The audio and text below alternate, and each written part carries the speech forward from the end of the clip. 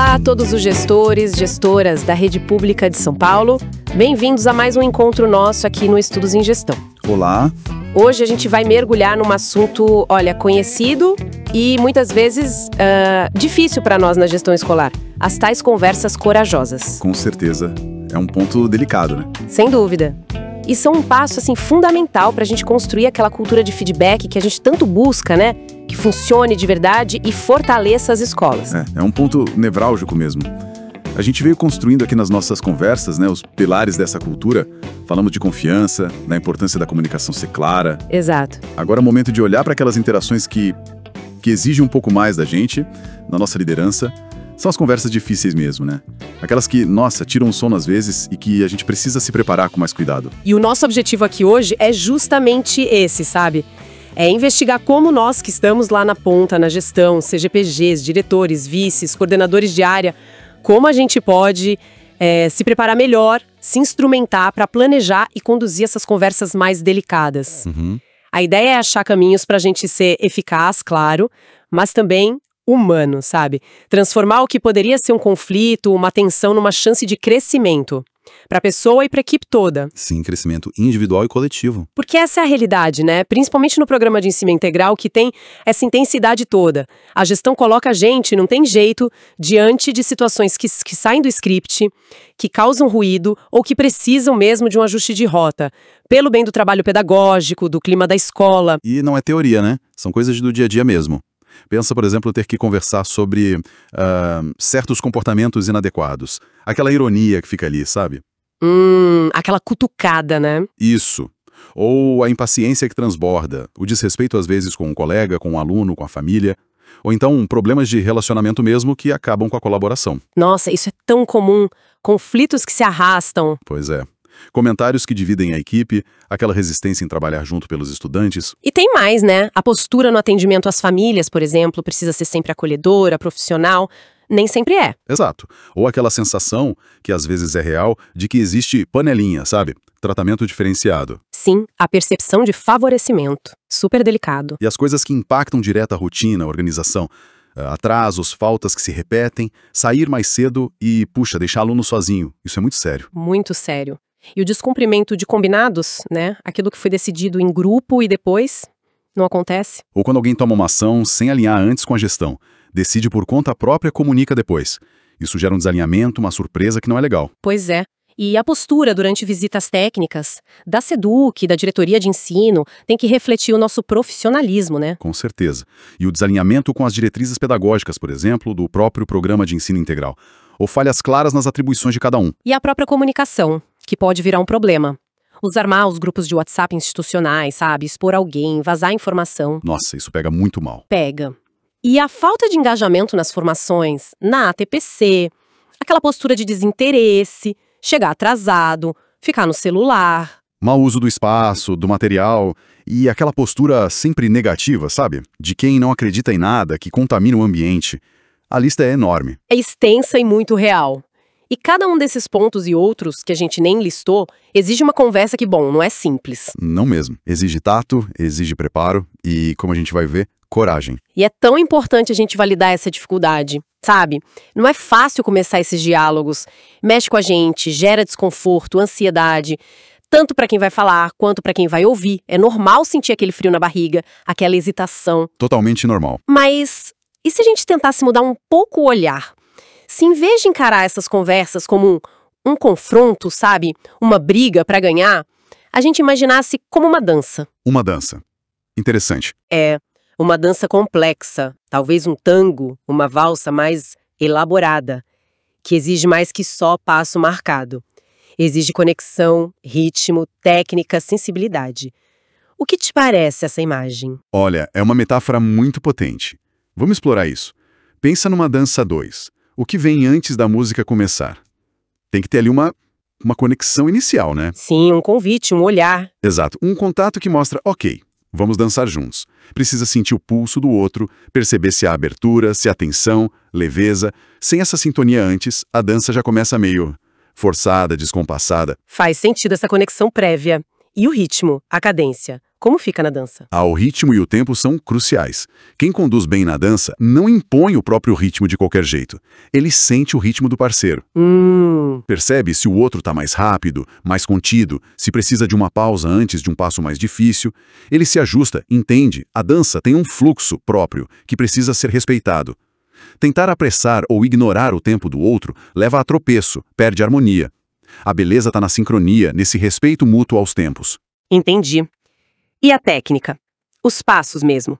Onde eles entram aí? A técnica é a base, é o conhecimento dos passos, dos movimentos. É fundamental aprender. Mas a maestria, tanto na dança quanto na comunicação, não está só em fazer o passo certinho mecanicamente. Tá onde, então? Está na observação atenta, constante do parceiro. É ler os sinais do corpo, antecipar um movimento, guiar com firmeza, mas com gentileza. Sem empurrar, sem puxar de mau jeito. É saber conduzir, mas também saber se deixar conduzir quando precisa. E essa mistura toda de técnica, observação, conexão, transforma a dança. Exato. Transforma em arte. Quando a técnica está ali, afiada, e se junta com essa conexão de verdade, com essa observação sensível, com respeito pelo ritmo e espaço do outro, a dança vira mais que passo. Vira expressão, um diálogo do corpo, mesmo que a coreografia seja desafiadora. A arte está nessa construção a dois, nesse entendimento que aparece no movimento. Nossa, que imagem forte. Trazendo isso para o nosso desafio, uma conversa difícil que dá certo parece muito com essa dança, né? Não basta ter só o roteiro, as falas certas. Não mesmo. Precisa de preparo, conhecer os passos, ou seja, as técnicas de feedback que a gente já falou, como a observação factual, focar no comportamento. Precisa de observação atenta, ler a linguagem corporal, o tom de voz, o estado emocional de quem está na nossa frente. Precisa de sensibilidade ao ritmo do outro, sacar o quanto a pessoa está aberta para o diálogo, o nível de tensão, a hora certa de aprofundar ou de dar uma pausa.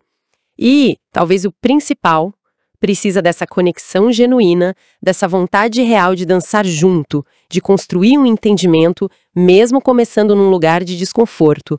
O objetivo é uma coreografia construtiva que leve a algum lugar bom. Então, se a dança ensina sobre conexão, ritmo, técnica, observação, o que realmente faz a diferença para transformar uma conversa que podia explodir em algo produtivo?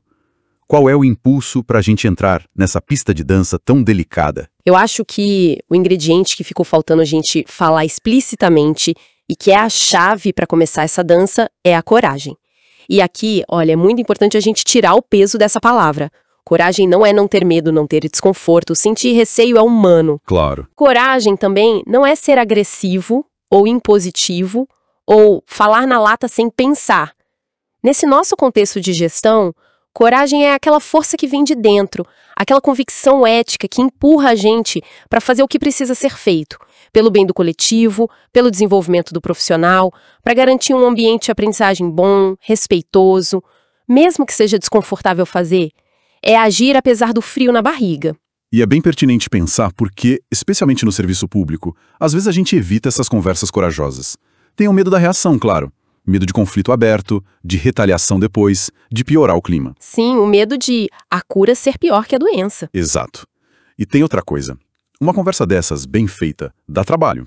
Antes e depois. Não é improviso. Exige planejar, talvez juntar evidências concretas, como aquelas que a gente registra numa observação de sala, ou no acompanhamento do trabalho, o nosso apoio presencial. Sim, exige pensar na abordagem, no lugar, na hora. E, crucialmente, exige acompanhar depois. Não adianta só falar. Tem que ver o que aconteceu, apoiar a mudança, checar os encaminhamentos. Isso demanda energia. Demanda tempo e energia que a gente sabe que são escassos na nossa rotina. E tem mais um ponto que talvez seja mais sutil, mais desafiador. A autoconsciência do gestor. Às vezes, a situação difícil que precisa ser conversada tem a ver, mesmo que em parte, com a própria atuação da gestão. Verdade. Uma falha de comunicação antes, uma orientação que não foi clara. E ter a coragem de abordar isso exige, uma dose extra de humildade. E, principalmente, pressupõe que já exista ali uma cultura de feedback onde o próprio líder também se abre para ouvir, para ajustar a própria prática. Tem que ser uma via de mão dupla, né? Esse ponto da autoconsciência é crucial. E liga direto com a nossa responsabilidade como líderes, né? Seja diretor, vice, CGP, coordenador de área, a gente tem um papel formativo com a equipe. Sim. É como, fazendo uma analogia cuidadosa, pais e mães que orientam os filhos, apontando coisas para melhorar para o bem deles. A gente tem o dever de orientar, alinhar o que se espera, corrigir rotas que se desviam do nosso objetivo educacional, mas aqui vai um alerta importante. A coragem sem a técnica, sem o preparo, sem aquela sensibilidade da dança, pode ser um desastre. Pode virar autoritarismo, né? Exato. Pode virar crítica que destrói e aí acaba com a confiança em vez de construir. Então a coragem tem que andar junto com o preparo, com a estratégia, com a gentileza. Perfeito. E é exatamente aí que entram as tais dicas corajosas. Elas não são, assim, uma fórmula mágica, nem novidade total. São, na verdade, a aplicação consciente, estratégica, daqueles elementos de comunicação eficaz que a gente já conhece, que a gente já discutiu aqui. Uhum. A gente pode pensar nelas como as pedras firmes que ajudam a gente a construir uma ponte segura para atravessar as águas, às vezes, turbulentas dessas conversas tão necessárias. São os princípios que guiam a gente nessa dança. Boa imagem das pedras da ponte. Então, vamos só revisitar rapidinho esses pilares, essas pedras, ligando com a ideia da dança e da conversa que constrói. Primeiro, a base de tudo, partir da observação factual, neutra, como uma câmera que só descreve a cena, sem julgar antes. Exato. Foco no o quê, não no quem. Lembra da técnica SCI, que já falamos? Descrever a situação, o comportamento observável e o impacto daquilo. Sim. E aí, focar no comportamento específico, que dá para observar. Evitar rótulo, você é isso, ou generalização, você sempre é aquilo. Falar da ação concreta. Olha, percebi que tal relatório não foi entregue no prazo que a gente combinou. É o passo específico da dança que saiu do ritmo. Isso. E ter clareza sobre o impacto real daquilo. No trabalho da pessoa, na equipe, no clima, os alunos. É mostrar para onde aquele passo levou a dança. Qual foi a consequência daquela ação ou da falta dela. Fundamental. E praticar escuta ativa, a presença genuína, estar ali de verdade na conversa, ouvindo não só a palavra, mas o que está por trás. Sentimento, necessidade. É como o dançarino atento não só aos próprios passos, mas à respiração, à expressão do parceiro. E buscar entender os sentimentos e necessidades que estão ali, os nossos e os do outro. Aqui a gente pode lembrar da comunicação não violenta, né? Qual necessidade não atendida pode estar gerando aquele comportamento mais defensivo ou inadequado. Tentar sacar a música interna do outro ajuda a achar o ritmo certo para a conversa. Total. E formular pedidos claros e específicos, e sempre que der, positivos. Focar na solução, no comportamento que a gente espera para o futuro, no próximo passo da dança que a gente quer construir junto. Tipo, gostaria de propor que daqui para frente a gente pudesse alinhar X antes de fazer Y. E agir com impessoalidade. Basear conversa em fatos, critérios, combinados, regras da escola ou da rede. Não em preferência pessoal, em achismo. Isso é super importante na gestão pública, né? O princípio da impessoalidade. As regras da dança têm que ser claras e valer para todo mundo. Sem dúvida. E claro, reforçando o que a gente já disse. Todas essas pedras só vão formar uma ponte firme se estiverem em cima de uma base sólida de confiança. Confiança mútua, que a gente constrói no dia a dia, nas pequenas coisas, na coerência entre o que a gente fala e o que a gente faz. Concordo totalmente. E para essas pedras se juntarem direitinho, para formar essa ponte segura sobre águas turbulentas, falta o cimento, né? O que une tudo isso. E esse elemento, para mim, é a gentileza. Fundamental. Gentileza aqui não é ser fraco ou fugir do problema, né? É inteligência emocional na prática da comunicação. É aplicar conscientemente a regra de ouro. Faça aos outros o que gostaria que fizessem a você. Sim, tentar se colocar no lugar do outro. Exato. Imaginar como eu gostaria de ser abordado numa situação parecida, mesmo quando o assunto é apontar uma falha, um comportamento que não tá legal. O objetivo final dessa conversa corajosa não é ganhar a briga, humilhar o outro. De jeito nenhum. O propósito é provocar uma reflexão, é promover uma mudança positiva, um realinhamento que seja bom para todo mundo. A gentileza no tom de voz, na escolha da palavra, na postura, nossa, faz uma diferença enorme em como a mensagem chega e é processada pelo outro. E pensando no legado que a gente quer deixar como gestor, como gestora, essas conversas corajosas, quando a gente consegue conduzir com essa mistura de técnica, preparo, coragem e principalmente gentileza, elas vão além de resolver um problema pontual. Vão muito além. Elas viram um momento de aprendizado para todo mundo. Elas fortalecem a relação, mostram que a gente se importa de verdade com o desenvolvimento das pessoas, ajudam a lapidar potenciais. No fim, é nesse terreno difícil que a gente mostra que tipo de líder a gente é. Um líder que busca eficiência, resultado pedagógico, mas com um olhar humano cuidadoso para a equipe. Eu assino embaixo dessa visão. O gestor, a gestora, que se apropria dessa arte da comunicação difícil, que aprende a conduzir essa dança complexa com maestria e sensibilidade, não está só apagando incêndio no dia a dia. Não mesmo. Tá, na verdade, construindo ativamente um ambiente escolar mais saudável, psicologicamente falando, mais colaborativo, mais resiliente. Um lugar onde as pessoas se sentem mais seguras para conversar, para admitir dificuldade, para pedir ajuda e, por isso mesmo, para crescer. Esse gestor deixa uma marca positiva, um legado, que fica na carreira e muitas vezes na vida de quem trabalha com ele e com ela. O impacto vai muito além do indicador, né? Com certeza. E para a gente fechar nossa análise de hoje, queríamos deixar uma provocação, uma reflexão para cada um que está nos ouvindo. Qual conversa difícil, talvez necessária, está aí sendo adiada na sua escola nesse momento? Que situação delicada está ali pulsando, pedindo um diálogo corajoso? E como essa imagem que a gente explorou hoje, a da dança, com a conexão inicial, o respeito ao ritmo, a observação atenta, a técnica como ela pode te inspirar, talvez ela possa te encorajar a dar um primeiro passo para abordar essa situação. Um passo que exige coragem, sim, mas que pode e deve ser dado com estratégia e, olha, acima de tudo, com genuína gentileza. Estudos em Gestão tem trabalhos técnicos, roteiro e produção do professor Maurício Abacchioni. Se essa nossa conversa de hoje trouxe alguma luz para sua prática, alguma ideia, considere curtir esse episódio aí na plataforma que você usa.